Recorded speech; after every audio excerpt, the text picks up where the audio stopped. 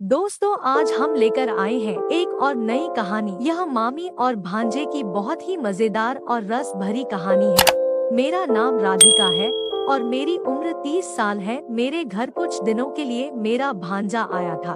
उसका नाम प्रदीप है और उसकी उम्र 24 साल है। प्रदीप बहुत ही स्मार्ट और हैंडसम है। मेरी कमर में दर्द हो रहा था तो मैं बाम लगा रही थी कि तभी अचानक से मेरे हाथों से बाम छूट गया और नीचे गिर गया। मैं बाम को उठाने के लिए नीचे झुकी तो मैं लड़खड़ाते हुए प्रदीप की तरफ ही गिर गई।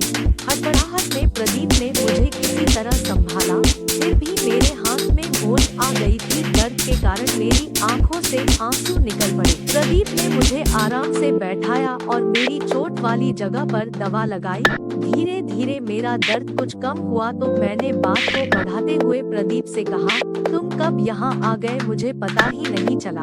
प्रदीप मुस्कुराते हुए मेरी तरफ देखने लगा और बोला, आप गहरी नींद में थी इसलिए मैं ऊपर कमरे में सोने चला गया था। फिर सर का दर्द बढ़ा तो नीचे आया और आप मुझे इस हाल में मिली। प्रदीप की चालाकियाँ मुझे समझ तो आ रही थी कि वह मुझे इम्प्रेस करने की कोशिश कर रहा था। मेरा मन तो पहले से ही प्रदीप पर फिदा था, लेकिन जब तक मुझे प्रदीप के मन की पूरी सच्चाई समझ न आ जाती, मैं अपना झुकाव और कैसे कर सकती थी।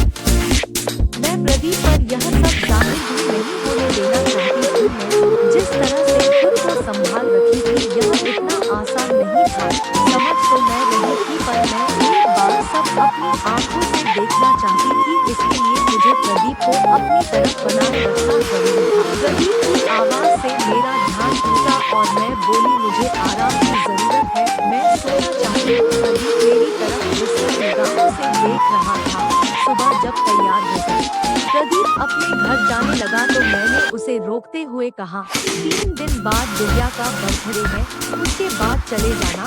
मेरी बात सुनकर प्रदीप के चेहरे पर खुशी आ गई थी, क्योंकि मन ही मन वह भी यही चाहता था। अगले दिन मेरे पति की नाइट ड्यूटी थी। रात में मैं, मेरी बेटी और भांजा था।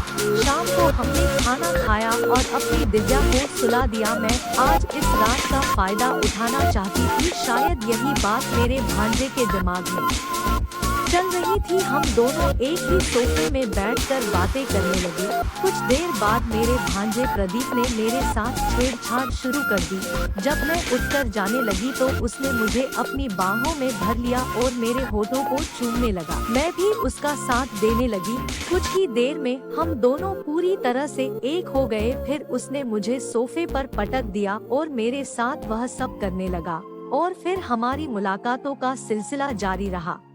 आपका इस बारे में क्या कहना है, हमें कमेंट सेक्शन में जरूर बताएं। वीडियो को लाइक कर दीजिए और इसी तरह की कहानियाँ रोजाना देखने के लिए चैनल को सब्सक्राइब करके घंटी के बटन को दबाकर ऑल पर सेट कर लीजिए, ताकि आने वाली वीडियो का नोटिफिकेशन आपके पास सबसे पहले पहुँचे। मैं मिलती हूँ आपसे अगली वीडियो में, तब तक के लिए धन्यवाद।